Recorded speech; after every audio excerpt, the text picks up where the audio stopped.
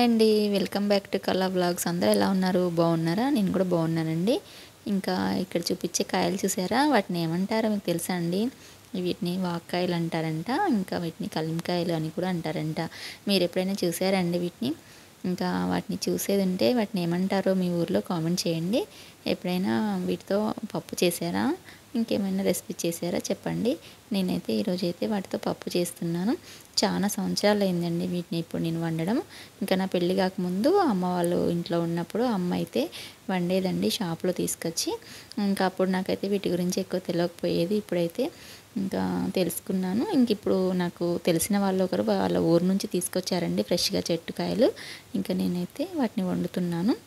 ఇంకా ఈ వాక్కాయలని అయితే ఫస్ట్ శుభ్రంగా ఉప్పేసి కడిగానండి 2-3 సార్లు. కడిగాక వాటిలోంచి కట్ చేసి చిన్న గింజ అయితే ఉంటుంది లోపల, ఆ గింజలు అయితే తీసేసాను.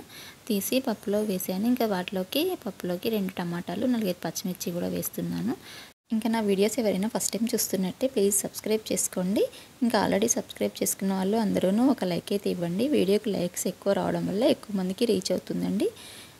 ఇంకా ఈ వాక్కాయలు వచ్చేసి ఈ వర్షాకాలం సీజన్లోనే ఎక్కువ దొరుకుతాయంటండి. చాలా రేరుగా దొరుకుతాయి అనుకుంటున్నాను నాకు తెలిసి అయితే. ఎందుకంటే మా ఊర్లో అయితే నేను ఇంతవరకు ఎప్పుడు చూడలేదు.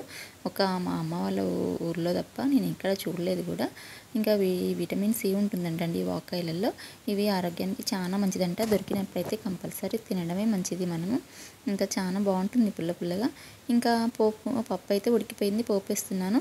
పోపు అయితే చాలామంది చాలా రకాలుగా వేస్తారండి. పోపు దినుసులు అవి కామన్ అండి. కాకపోతే వేసే విధానం వేరే ఉంటుంది. కొంతమంది అయితే చిన్న కడాయిలో వేసి ఇంకా ఉడికిన పప్పులో పోపు కలిపేస్తారు. ఇంకా ఇలా వేరే బౌల్లో పోపు వేసి పప్పునే తీసుకెళ్ళి బౌల్లో కలిపి చూడండి ఎంత బాగుంటుందో. ఇంకా నేనైతే అలానే చేస్తానండి. పోపు అయితే వేస్తున్నాను వేరే గిన్నెలో పోపు వేసాక ఇంకా ఉడికిన పప్పును తీసుకెళ్ళి అందులో అయితే వేస్తున్నానండి.